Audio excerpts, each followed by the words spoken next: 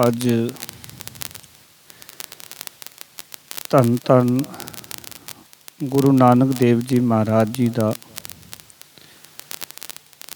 ਜੋਤੀ ਜੋਤ ਸਮਾਉਣ ਦਾ ਪੁਰਬ ਹੈ।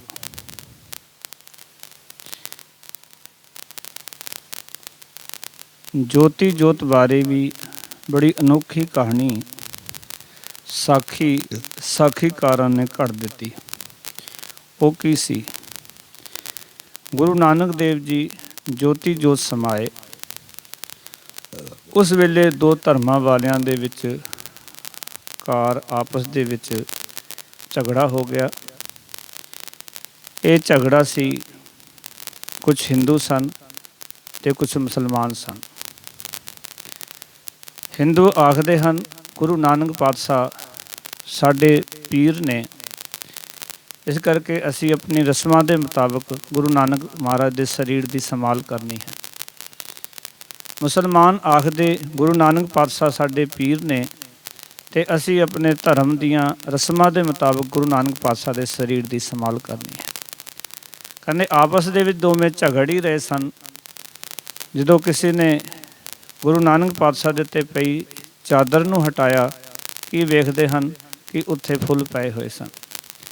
ਗੁਰੂ ਨਾਨਕ ਪਾਤਸ਼ਾਹ ਜੀ ਦਾ ਸਰੀਰ ਅਲੋਪ ਹੋ ਗਿਆ। ਇਹ ਸਾਖੀਕਾਰ ਨੇ ਇਹ ਸਾਖੀ ਲਿਖੀ, ਔਰ ਜਿਨ੍ਹਾਂ ਨੇ ਕਹਿੰਦੇ ਗੁਰੂ ਨਾਨਕ ਪਾਤਸ਼ਾਹ ਜੀ ਦੇ ਜਦੋਂ ਫੁੱਲ ਦੇਖੇ, ਗੁਰੂ ਨਾਨਕ ਪਾਤਸ਼ਾਹ ਜੀ ਦਾ ਸਰੀਰ ਅਲੋਪ ਹੋ ਗਿਆ। ਕਹਿੰਦੇ ਉਸ ਵੇਲੇ ਉਹਨਾਂ ਦੋਵੇਂ ਵਜ਼ਮਾਂ ਵਾਲਿਆਂ ਨੇ ਗੁਰੂ ਨਾਨਕ ਪਾਤਸ਼ਾਹ ਜੀ ਦੇ ਅਜ਼ਮਤ ਨੂੰ ਨਮਸਕਾਰ ਕੀਤੀ, ਪ੍ਰਣਾਮ ਕੀਤਾ। ਇਸ ਤਰ੍ਹਾਂ ਇਹ ਸਾਖੀ ਜਿਹੜੀ ਹੈ ਉਹ ਸਾਖੀਕਾਰ ਨੇ ਲਿਖ ਦਿੱਤੀ। ਸੋ ਕਈ ਵਾਰੀ ਸਾਨੂੰ ਹੁਣ ਭਰਮ ਪੈਦਾ ਹੁੰਦਾ ਹੈ ਕਿ ਦੋ ਫਿਰਕੇ ਆਪਸ ਵਿੱਚ ਲੜ ਰਹੇ ਹਨ ਔਰ ਦੋਨੇ ਆਪਸ ਵਿੱਚ ਵਿਚਾਰ ਕਰ ਰਹੇ ਹਨ ਕਿ ਸੰਸਕਾਰ ਅਸੀਂ ਕਰਾਂਗੇ, ਸੰਸਕਾਰ ਅਸੀਂ ਕਰਾਂਗੇ। ਪਰ ਉਸ ਵੇਲੇ ਗੁਰੂ ਅੰਗਦ ਦੇਵ ਜੀ ਮਹਾਰਾਜ ਕਿੱਥੇ ਸਨ, ਜਿਨ੍ਹਾਂ ਨੂੰ ਗੁਰੂ ਨਾਨਕ ਪਾਤਸ਼ਾਹ ਨੇ ਆਪਣੀ ਜੋਤ, ਆਪਣੀ ਜੁਗਤ ਦਾ, ਆਪਣੀ ਪਦਵੀ ਦਾ ਵਾਰਿਸ ਬਣਾਇਆ ਸੀ, ਅਤੇ ਗੁਰੂ ਨਾਨਕ ਪਾਤਸ਼ਾਹ ਜੀ ਨੇ ਆਪਣੇ ਪੰਥ ਦੀ ਅਗਵਾਈ ਗੁਰੂ ਅੰਗਦ ਦੇਵ ਜੀ ਮਹਾਰਾਜ ਨੂੰ ਬਖਸ਼ੀ ਸੀ। ਉਹ ਕਿੱਥੇ ਸਨ? ਫਿਰ ਗੁਰੂ ਨਾਨਕ ਪਾਤਸ਼ਾਹ ਜੀ ਦਾ ਜਿਹੜਾ ਨਿਰਮਲ ਪੰਥ ਜੋ ਗੁਰੂ ਨਾਨਕ ਪਾਤਸ਼ਾਹ ਨੇ ਤਿਆਰ ਕੀਤਾ ਸੀ, ਮਾਰਿਆ ਸਿੱਕਾ ਜਗਤ ਵਿੱਚ ਨਾਨਕ ਨਿਰਮਲ ਪੰਥ ਚਲਾਇਆ।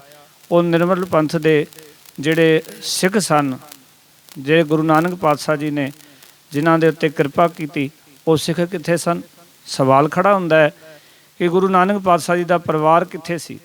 ਫਿਰ ਦੂਜੀ ਗੱਲ ਇਹ ਸਮਝਣ ਵਾਲੀ ਹੈ ਕਿ ਕਰਤਾਰਪੁਰ ਸਾਹਿਬ ਜਿਹੜਾ ਨਗਰ ਹੈ ਉਹ ਸਿੱਖੀ ਦਾ ਗੜ੍ਹ ਹੈ, ਜਿੱਥੇ ਗੁਰੂ ਨਾਨਕ ਪਾਤਸ਼ਾਹ ਜੀ ਨੇ ਸਿੱਖਾਂ ਨੂੰ ਲਾ ਕੇ ਵਸਾਇਆ। ਭਾਵੇਂ ਦੂਰੋਂ ਨੇੜਿਓਂ ਸਿੱਖ ਆ ਕੇ ਉੱਤੇ ਵਸੇ, ਜੋ ਗੁਰੂ ਨਾਨਕ ਪਾਤਸ਼ਾਹ ਦੀ ਵਿਚਾਰਧਾਰਾ ਦੇ ਹਾਮੀ ਭਰਨ ਵਾਲੇ ਸਨ, ਵਿਚਾਰਧਾਰਾ ਦੇ ਧਾਰਨੀ ਸਨ। ਉਹਨਾਂ ਨੇ ਕਰਤਾਰਪੁਰ ਸਾਹਿਬ ਨਗਰ ਨੂੰ ਚੁਣਿਆ ਔਰ ਉਸ ਨਗਰ ਦੇ ਵਿੱਚ ਆ ਕੇ ਵਸੇ ਸਨ। ਉਹ ਕਿੱਥੇ ਸਨ? ਗੁਰੂ ਨਾਨਕ ਪਾਤਸ਼ਾਹ ਦਾ ਪਰਿਵਾਰ ਕਿੱਥੇ ਸੀ? ਸੋ ਸਾਖੀਕਾਰ ਨੇ ਸਾਖੀ ਘੜ ਦਿੱਤੀ ਅਤੇ ਅਸੀਂ ਉਸ ਸਾਖੀਕਾਰ ਦੀ ਸਾਖੀ ਨੂੰ ਸੁਣ ਕੇ ਅਸੀਂ ਗੁਰੂ ਨਾਨਕ ਪਾਤਸ਼ਾਹ ਜੀ ਦੀ ਅਜ਼ਮਤ ਦੇ ਅੱਗੇ ਸੀਸ ਝੁਕਾ ਦਿੱਤਾ ਵੀ ਦੇਖੋ ਗੁਰੂ ਨਾਨਕ ਪਾਤਸ਼ਾਹ ਜੀ ਅਲੋਪ ਹੋ ਗਏ। ਅਤੇ ਉਹ ਚਾਦਰ ਜਿਹੜੀ ਸੀ ਉਹ ਫਿਰ ਦੋਨਾਂ ਨੇ ਅੱਧੀ ਅੱਧੀ ਵੰਡ ਲਈ। ਅੱਧੀ ਮੁਸਲਮਾਨਾਂ ਨੇ ਲੈ ਲਈ, ਅੱਧੀ ਹਿੰਦੂਆਂ ਨੇ ਲੈ ਲਈ। ਮੁਸਲਮਾਨਾਂ ਨੇ ਉਸ ਨੂੰ ਕਬਰ ਪੁੱਟ ਕੇ ਦਫਨਾ ਦਿੱਤਾ ਅਤੇ ਹਿੰਦੂਆਂ ਨੇ ਉਸ ਚਾਦਰ ਦਾ ਸੰਸਕਾਰ ਕਰ ਦਿੱਤਾ। ਇੱਕ ਵਿਚਾਰ ਕਰਨਾ ਕਿ ਇਹ ਸਾਖੀ ਸਾਡੇ ਵਿੱਚ ਬਹੁਤ ਵੱਡੀ ਭਰਮ ਖੜੀ ਕਰਦੀ ਹੈ, ਭੁਲੇਖੇ ਵਿੱਚ ਪਾਉਂਦੀ ਹੈ, ਔਰ ਅਸੀਂ ਕਈ ਵਾਰੀ ਇਸ ਤਰ੍ਹਾਂ ਦੀਆਂ ਸਾਖੀਆਂ ਸੁਣ ਕੇ ਭੁਲੇਖੇ ਵਿੱਚ ਪੈ ਜਾਂਦੇ ਹਾਂ, ਭਰਮਾਂ ਵਿੱਚ ਪੈ ਜਾਂਦੇ ਹਾਂ। ਪਰ ਤੁਸੀਂ ਵੇਖੋ, ਆਪ ਗੁਰੂ ਨਾਨਕ ਪਾਤਸ਼ਾਹ ਜੀ ਨੇ ਸੰਸਾਰ ਦੇ ਅੰਦਰ ਜੋ ਪ੍ਰਚਾਰ ਪ੍ਰਸਾਰ ਕੀਤਾ ਔਰ ਜਗਤ ਦੇ ਅੰਦਰ ਇਹ ਸਾਰੀਆਂ ਜਿਹੜੀਆਂ ਗੱਲਾਂ ਸਨ, ਗੁਰੂ ਨਾਨਕ ਪਾਤਸ਼ਾਹ ਨੇ ਆਪਣੀ ਹਯਾਤੀ ਦੇ ਅੰਦਰ ਕਲੀਅਰ ਕੀਤੀਆਂ। ਜਦੋਂ ਭਾਈ ਮਰਦਾਨਾ ਜੀ 1534 ਈਸਵੀ ਦੇ ਅੰਦਰ ਅਕਾਲ ਚਲਾਣਾ ਕਰਨ ਲੱਗਦੇ ਨੇ, ਉਸ ਤੋਂ ਪਹਿਲਾਂ ਜਦੋਂ ਉਹਨਾਂ ਨੂੰ ਲੱਗਦਾ ਹੈ, ਮਹਿਸੂਸ ਹੁੰਦਾ ਹੈ ਕਿ ਹੁਣ ਸਾਡਾ ਬੁਲਾਵਾ ਆ ਰਿਹਾ, ਸੱਦਾ ਆ ਰਿਹਾ, ਸੀ ਜਾਣਾ, ਗੁਰੂ ਨਾਨਕ ਪਾਤਸ਼ਾਹ ਨੂੰ ਯਾਦ ਕਰਦੇ ਨੇ। ਅਤੇ ਗੁਰੂ ਨਾਨਕ ਪਾਤਸ਼ਾਹ ਇਤਿਹਾਸਕਾਰ ਲਿਖਦੇ ਨੇ, ਸਾਖੀਕਾਰ ਲਿਖਦੇ ਨੇ ਕਿ ਭਾਈ ਮਰਦਾਨਾ ਜੀ ਕੋਲ ਜਾਂਦੇ ਹਨ। ਤੇ ਭਾਈ ਮਰਦਾਨਾ ਜੀ ਨੂੰ ਪੁੱਛਦੇ ਨੇ ਗੁਰੂ ਨਾਨਕ ਪਾਤਸ਼ਾਹ ਕਿ ਭਾਈ ਮਰਦਾਨਾ ਵੀ ਤੇਰੀ ਪੱਕੀ ਕਬਰ ਬਣਵਾ ਦਈਏ। ਟੋਕੇ ਵੇਖਦੇ ਨੇ ਕਿ ਭਾਈ ਮਰਦਾਨੇ ਦੀ ਅਵਸਥਾ ਕੀ ਹੈ। ਤੇਰੀ ਪੱਕੀ ਕਬਰ ਬਣਵਾ ਦਈਏ, ਲੋਕ ਤੇਰੀ ਪੂਜਾ ਕਰਨਗੇ। ਕਹਿੰਦੇ ਨੇ ਭਾਈ ਮਰਦਾਨਾ ਜੀ, ਗੁਰੂ ਸਾਹਿਬ ਜੀ, ਪੂਰੀ ਜ਼ਿੰਦਗੀ ਤੁਸੀਂ ਸਾਨੂੰ ਕਬਰਾਂ 'ਚੋਂ ਕੱਢਦੇ ਰਹੇ ਤੇ ਹੁਣ ਤੁਸੀਂ ਗੱਲ ਕਰਦੇ ਹੋ ਕਬਰ ਦੇ ਵਿੱਚ ਪਾਉਣ ਦੀ। ਕਬਰ ਵਿੱਚ ਪਾਉਣ ਨਾਲ ਕੀ ਹੋ ਜਾਵੇਗਾ? ਬੜੇ ਗੁਰਮਤਿ ਦੇ ਬੜਮੁੱਲੇ ਬੋਲ ਨੇ, ਵਚਨ ਨੇ ਕਬੀਰ ਸਾਹਿਬ ਜੀ ਦੇ। ਆਖਦੇ ਨੇ, ਜਬ ਜਰੀਏ ਤਬ ਹੋਏ ਭਸਮ ਤਨ, ਰਹਿ ਕਰਮਦਲ ਖਾਈ, ਕਾਚੀ ਗਾਗਰ ਨੀਰ ਪਰਤ ਹੈ, ਇਸ ਤਨ ਕੀ ਇਹ ਹੈ ਵਡਾਈ। ਭਾਈ ਮਰਦਾਨਾ ਜੀ ਆਖਣ ਲੱਗੇ, ਮਹਾਰਾਜ ਪੱਕੀ ਕਬਰ ਬਣਾਉਣ ਨਾਲ ਕੀ ਹੋ ਜਾਵੇਗਾ? ਇਸ ਤਨ ਦੀ ਕੇਵਲ ਇਤਨੀ ਹੀ ਵਡਿਆਈ ਹੈ ਕਿ ਇਸ ਨੂੰ ਭਾਵੇਂ ਸਾੜ ਦਈਏ, ਸਾੜਨ ਤੋਂ ਬਾਅਦ ਸੁਆਦੀ ਇੱਕ ਮੁੱਠ ਰਹਿ ਜਾਂਦੀ ਹੈ। ਜਿਸ ਤਨ ਨੂੰ ਕਬਰ ਦੇ ਵਿੱਚ ਦਫਨਾ ਦਈਏ ਤੇ ਕਬਰ ਵਿੱਚ ਦਫਨਾਉਣ ਤੋਂ ਬਾਅਦ ਕੁਛ ਕੀੜੇ ਜਿਹੜੇ ਨੇ ਇਸ ਸਰੀਰ ਨੂੰ ਖਾ ਜਾਂਦੇ ਨੇ। ਕਹਿੰਦੇ ਇਹ ਤਾਂ ਕੱਚੀ ਗਾਗਰ ਹੈ। ਜਿਵੇਂ ਕੱਚੀ ਗਾਗਰ ਦੇ ਵਿੱਚੋਂ, ਘੜੇ ਦੇ ਵਿੱਚੋਂ ਨੀਰ ਵਗ ਜਾਂਦਾ ਹੈ, ਇਸ ਤਨ ਦੀ ਕਹਿੰਦੇ ਇਹੀ ਵਡਿਆਈ। ਕਿਉਂਕਿ ਇਹ ਜਿਹੜਾ ਤਨ ਹੈ, 5 ਤੱਤ ਕੋ ਤਨ ਰਚਿਓ, ਇਹ 5 ਤੱਤਾਂ ਦਾ ਬਣਿਆ ਹੋਇਆ ਤਨ ਹੈ। ਤੇ ਇਸ ਨੂੰ ਕਬਰ ਵਿੱਚ ਦਫਨਾਉਣ ਨਾਲ, ਪੱਕੀ ਕਬਰ ਬਣਾਉਣ ਨਾਲ ਕੀ ਹੋ ਜਾਵੇਗਾ? ਆਓ ਕਿ ਇਸ ਤਨ ਨੇ ਆਖਿਰ ਸੁਆਹੀ ਤਾਂ ਹੋਣਾ ਹੈ। ਇਸ ਤਰ੍ਹਾਂ ਭਾਈ ਮਰਦਾਨਾ ਜੀ ਨੇ ਆਖਿਆ ਸੀ ਔਰ ਗੁਰੂ ਨਾਨਕ ਪਾਤਸ਼ਾਹ ਜੀ ਨੇ ਫਿਰ ਸੰਸਕਾਰ ਕੀਤਾ ਭਾਈ ਮਰਦਾਨਾ ਜੀ ਦਾ। ਔਰ ਆਪ ਜੀ ਨੇ ਰਾਵੀ ਦੇ ਵਿੱਚ ਉਹਨਾਂ ਦਾ ਅੰਗੀਠਾ ਜਿਹੜਾ ਸੀ ਉਹ ਜਲ ਪ੍ਰਵਾਹ ਕਰ ਦਿੱਤਾ। ਹੁਣ ਇਸ ਗੱਲ ਤੋਂ ਇਹ ਗੱਲ ਸਾਹਮਣੇ ਆਉਂਦੀ ਹੈ ਕਿ ਗੁਰੂ ਨਾਨਕ ਪਾਤਸ਼ਾਹ ਦੇ ਨਾਲ ਰਹਿਣ ਵਾਲੇ ਭਾਈ ਮਰਦਾਨਾ ਜੀ ਇਤਨੇ ਪਵਿੱਤਰ ਹੋ ਚੁੱਕੇ ਨੇ, ਇਤਨੇ ਨਿਰਮਲ ਹੋ ਚੁੱਕੇ ਨੇ ਕਿ ਹੁਣ ਸਰੀਰ ਦੇ ਸਾੜਨ ਦੱਬਣ ਦੀ ਜਿਹੜੀ ਪ੍ਰਕਿਰਿਆ ਹੈ, ਇਹ ਰਸਮ ਹੈ, ਇਸ ਤੋਂ ਉੱਪਰ ਉੱਠ ਚੁੱਕੇ ਨੇ। ਪਰ ਹੈਰਾਨ ਹੋ ਜਾਈਦਾ ਹੈ, ਜਿੱਥੇ ਕਿ ਸਾਖੀਕਾਰ ਨੇ ਇਹ ਸਾਖੀ ਲਿਖੀ, ਦੂਜੇ ਪਾਸੇ ਪੁਰਾਤਨ ਜਨਮ ਸਾਖੀ 'ਚ ਲਿਖਿਆ ਹੈ ਕਿ ਬਾਬਾ ਨਾਨਕ ਜਦੋਂ ਸੰਸਾਰ ਦੇ ਵਿੱਚੋਂ ਰੁਖਸਤ ਹੋਏ ਤਾਂ ਉਸ ਵੇਲੇ ਗੁਰੂ ਸਾਹਿਬ ਜੀ ਨੇ ਆਖਿਆ ਕਿ ਜੇ ਮੈਨੂੰ ਲੱਭਣਾ ਹੈ ਬਾਬਾ ਮੜੀ ਨਾ ਗੋਰ, ਗੁਰ ਅੰਗਦ ਕੇ ਹੀ ਹੈ ਮੈਂ। ਪਿਆਰ ਵਾਲਿਓ, ਗੁਰੂ ਨਾਨਕ ਪਾਤਸ਼ਾਹ ਜੀ ਨੇ ਆਖਿਆ, ਮੈਂ ਨਾ ਮੜੀ ਵਿੱਚ ਤੁਹਾਨੂੰ ਮਿਲਾਂਗਾ, ਨਾ ਮੈਂ ਕਬਰਾਂ ਵਿੱਚ ਮਿਲਾਂਗਾ। ਸਤਿਗੁਰ ਆਖਣ ਲੱਗੇ, ਮੈਂ ਗੁਰੂ ਅੰਗਦ ਦੇਵ ਜੀ ਮਹਾਰਾਜ ਦੇ ਹਿਰਦੇ ਦੇ ਵਿੱਚ ਜਾ ਕੇ ਬੈਠਣ ਲੱਗੇ ਹਾਂ। ਕਹਿੰਦੇ ਜਾਂ ਫਿਰ ਪੁਨ ਸਤ ਸੰਗਤ ਔਰ ਨਿਸ ਦਿਨ ਵਸਵੋ ਮੈਂ ਕਰੂੰ, ਜਾਂ ਫਿਰ ਸਤਸੰਗਤ ਦੇ ਵਿੱਚ ਦੇਖੋਗੇ ਤੇ ਮੇਰਾ ਜਿਹੜਾ ਵਸ ਹੈ ਉਹ ਸਤਸੰਗਤ ਦੇ ਵਿੱਚ ਮਿਲੇਗਾ, ਜਿੱਥੇ ਕਿ ਸੱਚ ਦੀ ਸੰਗਤ ਹੋਏਗੀ। ਕਹਿੰਦੇ ਨੇ ਗੁਰੂ ਨਾਨਕ ਪਾਤਸ਼ਾਹ ਜੀ ਆਪਣੇ ਸਿੱਖਾਂ ਨੂੰ ਕਹਿੰਦੇ ਨੇ, ਮੈਨੂੰ ਲੱਭਣਾ ਹੋਵੇ ਤਾਂ ਮੈਂ ਨਾ ਮੜੀਆਂ ਵਿੱਚ ਮਿਲਾਂਗਾ, ਨਾ ਕਬਰਾਂ ਵਿੱਚ ਮਿਲਾਂਗਾ, ਮੈਨੂੰ ਤੇ ਗੁਰੂ ਅੰਗਦ ਦੇਵ ਜੀ ਮਹਾਰਾਜ ਦੇ ਹਿਰਦੇ 'ਚ ਲੱਭਣਾ। ਮੈਂ ਗੁਰੂ ਅੰਗਦ ਦੇਵ ਜੀ ਮਹਾਰਾਜ ਦੇ ਹਿਰਦੇ 'ਚ ਸਮਾਉਣ ਲੱਗਿਆ ਜਾਂ ਸਤਸੰਗਤ ਦੇ ਵਿੱਚ ਮੇਰਾ ਵਾਸ ਹੋਏਗਾ। ਪਿਆਰ ਵਾਲਿਓ, ਸੱਚ ਜਾਣਨਾ ਇਸ ਤਰੀਕੇ ਦੇ ਨਾਲ ਗੁਰੂ ਨਾਨਕ ਪਾਤਸ਼ਾਹ ਜੀ ਨੇ ਦੇ ਪ੍ਰਥਾਏ ਪੁਰਾਤਨ ਜਨਮ ਸਾਖੀ ਦਾ ਕਰਤਾ ਕਹਿੰਦਾ ਹੈ ਕਿ ਗੁਰੂ ਨਾਨਕ ਪਾਤਸ਼ਾਹ ਗੁਰੂ ਅੰਗਦ ਦੇਵ ਜੀ ਮਹਾਰਾਜ ਦੇ ਹਿਰਦੇ ਵਿੱਚ ਸਮਾ ਗਏ। ਜੋਗ, ਜੋਤ, ਜੁਗਤ, ਵਡਿਆਈ, ਅਜ਼ਮਤ, ਰਹਿਮਤ ਗੁਰੂ ਅੰਗਦ ਦੇਵ ਜੀ ਮਹਾਰਾਜ ਦੇ ਹਿਰਦੇ ਵਿੱਚ ਜਾ ਕੇ ਸਮਾ ਗਈ। ਸੋ ਪਿਆਰ ਵਾਲਿਓ, ਜਿਵੇਂ ਗੁਰੂ ਨਾਨਕ ਪਾਤਸ਼ਾਹ ਜੀ ਨੇ ਭਾਈ ਮਰਦਾਨਾ ਜੀ ਨੂੰ ਪੁੱਛਿਆ ਸੀ, ਮਰਦਾਨਿਆ ਦੱਸ ਤੇਰਾ ਕੀ ਖਿਆਲ ਹੈ?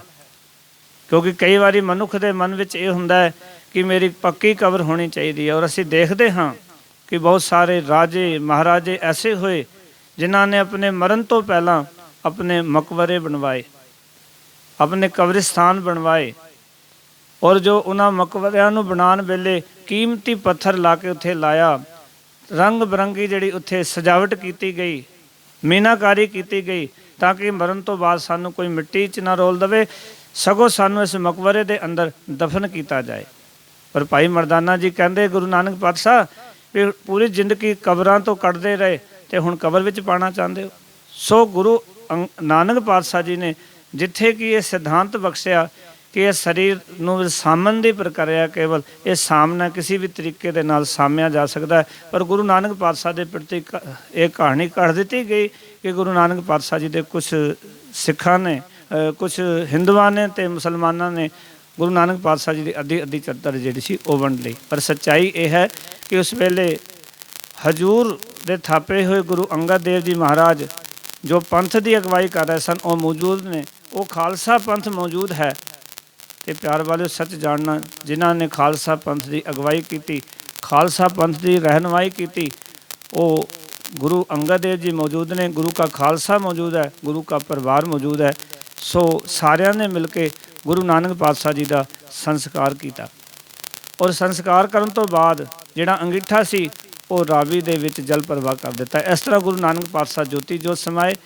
ਪਰ ਸਾਖੀਕਾਰ ਨੇ ਹੋ ਸਕਦਾ ਸਾਖੀ ਨੂੰ ਇਸ ਕਰਕੇ ਘੜਿਆ ਹੋਵੇ ਕਿ ਇਹ ਦਰਸਾਇਆ ਜਾ ਸਕੇ, ਦੇਖੋ ਗੁਰੂ ਨਾਨਕ ਪਾਤਸ਼ਾਹ ਜੀ ਦਾ ਜਿਹੜਾ ਸਮਾਜ ਦੇ ਅੰਦਰ ਵਡਿਆਈ ਹੈ, ਗੁਰੂ ਨਾਨਕ ਪਾਤਸ਼ਾਹ ਜੀ ਦਾ ਜਿਹੜਾ ਸਤਿਕਾਰ ਹੈ, ਉਹ ਦੋਵੇਂ ਮਜ਼ਹਬ ਕਰਦੇ ਨੇ। ਭਾਵੇਂ ਹਿੰਦੂ ਵੀ ਸਤਿਕਾਰ ਕਰਦੇ ਨੇ, ਮੁਸਲਮਾਨ ਵੀ ਸਤਿਕਾਰ ਕਰਦੇ ਨੇ। ਅਤੇ ਕਈ ਵਾਰੀ ਇਸ ਸਾਖੀ ਨੇ ਜਿੱਥੇ ਕਿ ਇਹ ਗੱਲ ਪ੍ਰਗਟਾਉਣ ਵਾਸਤੇ ਸ਼ਾਇਦ ਸਾਖੀਕਾਰ ਨੇ ਇਹ ਲਿਖਿਆ ਹੋਵੇ ਵੀ ਲੋਕਾਂ ਦੇ ਵਿੱਚ ਇਹ ਮੈਸੇਜ ਆਏਗਾ ਕਿ ਦੇਖੋ ਗੁਰੂ ਨਾਨਕ ਪਾਤਸ਼ਾਹ ਦਾ ਹਿੰਦੂ ਵੀ ਕਿੰਨਾ ਸਤਿਕਾਰ ਕਰਦੇ ਸਨ, ਮੁਸਲਮਾਨ ਵੀ ਕਿੰਨਾ ਸਤਿਕਾਰ ਕਰਦੇ ਸਨ। ਪਿਆਰ ਵਾਲਿਓ, ਸੱਚ ਜਾਣਨਾ, ਪਰ ਇਸ ਸਾਖੀ ਨੇ ਭਟਕਣਾ ਪੈਦਾ ਕਰ ਦਿੱਤੀ, ਭਰਮ ਪੈਦਾ ਕਰ ਦਿੱਤਾ। ਅਤੇ ਲੋਕ ਆਖਣ ਲੱਗੇ ਤੁਸੀਂ ਕੋਈ ਵੱਖਰੇ ਨਹੀਂ, ਕਿਉਂਕਿ ਗੁਰੂ ਨਾਨਕ ਪਾਤਸ਼ਾਹ ਜੀ ਨੇ ਦੋਵਾਂ ਨੂੰ ਬਰਾਬਰ ਲੈ ਕੇ ਚਲੇ।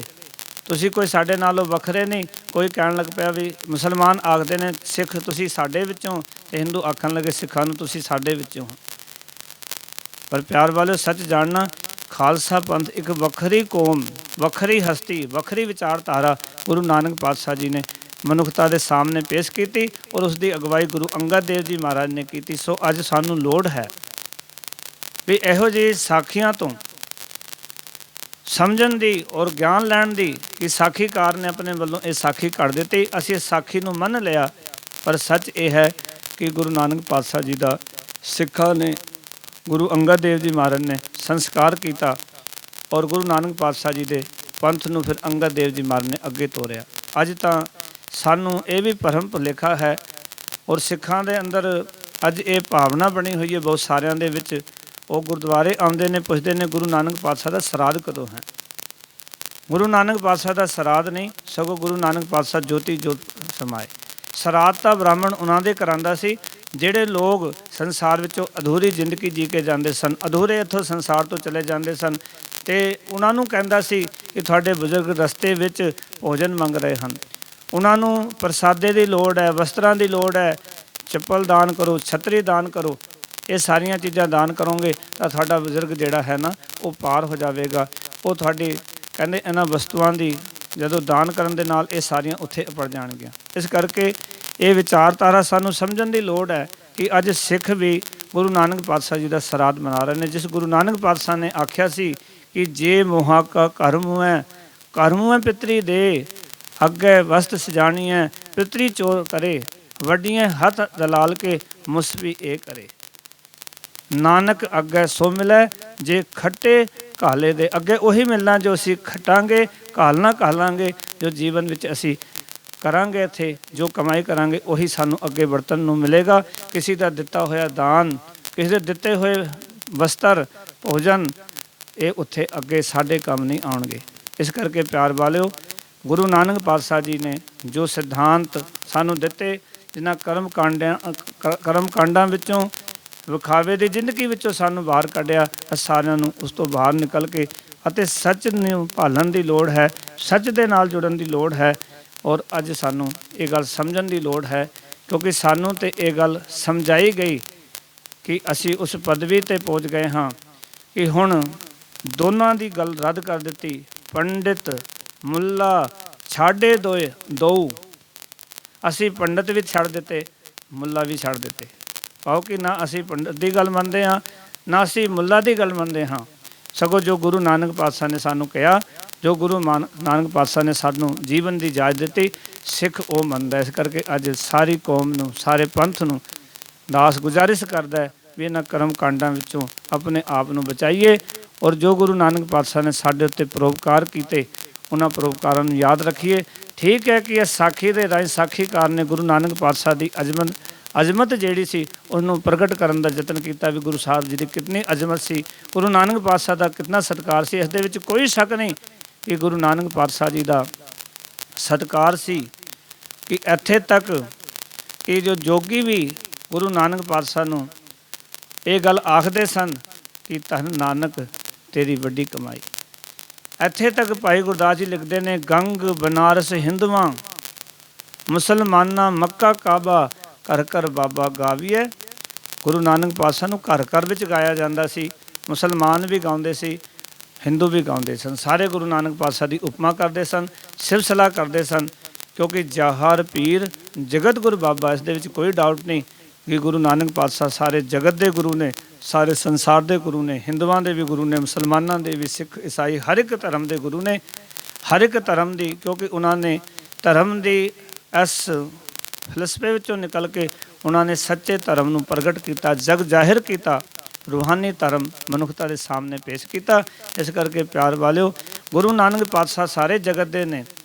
ਹਰ ਇੱਕ ਮਨੁੱਖ ਨੂੰ ਮੰਨਣ ਦਾ ਅਧਿਕਾਰ ਹੈ, ਪਰ ਸਾਨੂੰ ਗੁਰੂ ਸਾਹਿਬ ਜੀ ਨੇ ਆਪਣੀ ਛਤਰ ਛਾਇਆ ਥੱਲੇ ਪਾਲਿਆ, ਵੱਡੇ ਕੀਤਾ, ਔਰ ਸਾਡੇ ਬਜ਼ੁਰਗਾਂ ਨੇ ਇਹ ਕਮਾਈਆਂ ਕੀਤੀਆਂ, ਕੌਮ ਨੂੰ ਅੱਗੇ ਵਧਾਇਆ ਅਤੇ ਕੌਮ ਦੇ ਵਾਸਤੇ ਕਿਤਨੀਆਂ ਕੁਰਬਾਨੀਆਂ ਦਿੱਤੀਆਂ, ਕਿੰਨੀਆਂ ਸ਼ਹਾਦਤਾਂ ਦਿੱਤੀਆਂ। ਇਸ ਕਰਕੇ ਸਾਨੂੰ ਲੋੜ ਹੈ ਕਿ ਅਸੀਂ ਗੁਰੂ ਸਾਹਿਬ ਜੀ ਦੇ ਬਚਨਾਂ ਨੂੰ ਕਮਾਈਏ, ਕਿਉਂਕਿ ਗੁਰੂ ਰਾਮਦਾਸ ਮਹਾਰਾਜ ਦੇ ਬਚਨ ਨੇ, ਸੇਵਕ ਸਿੱਖ ਪੂਜਨ ਸਭ ਆਵੈ ਸਭ ਗਾਵੈ ਹਰ ਹਰ ਉੱਤਮ ਬਾਣੀ ਗਾਵਿਆ ਸੁਣਿਆ ਤਿਨ ਕਾ ਹਰ ਥਾਂ ਪਾਵੈ ਜਿਨ ਸਤਿਗੁਰ ਕੀ ਆਗਿਆ ਸਤ ਸਤ ਕਰਮਾਨੀ। ਗਾਇਆ ਸੁਣਿਆ ਉਹਨਾਂ ਦਾ ਪ੍ਰਵਾਨ ਹੈ ਜਿਨ੍ਹਾਂ ਨੇ ਗੁਰੂ ਕੀ ਆਗਿਆ ਨੂੰ, ਗੁਰੂ ਕੇ ਬਚਨਾਂ ਨੂੰ ਸਤ ਕਰਕੇ ਮੰਨਿਆ। ਸੋ ਅੱਜ ਗੁਰੂ ਨਾਨਕ ਪਾਤਸ਼ਾਹ ਜੀ ਦੇ ਬਚਨਾਂ ਨੂੰ ਮੰਨੀਏ, ਉਹਨਾਂ ਦੇ ਬਚਨਾਂ ਦੇ ਮੁਤਾਬਿਕ ਆਪਣੇ ਜੀਵਨ ਨੂੰ ਢਾਲੀਏ ਅਤੇ ਆਪਣੇ ਜੀਵਨ ਨੂੰ ਸੁਚੱਜਾ ਬਣਾਈਏ, ਪਰਉਪਕਾਰ ਕਰੀਏ, ਕਿਰਤ ਕਰੀਏ, ਨਾਮ ਜਪੀਏ, ਵੰਡ ਕੇ ਸਕੀਏ। ਇਹਨਾਂ ਅਸੂਲਾਂ ਨੂੰ ਆਪਣੇ ਜੀਵਨ ਦਾ ਆਧਾਰ ਬਣਾਈਏ।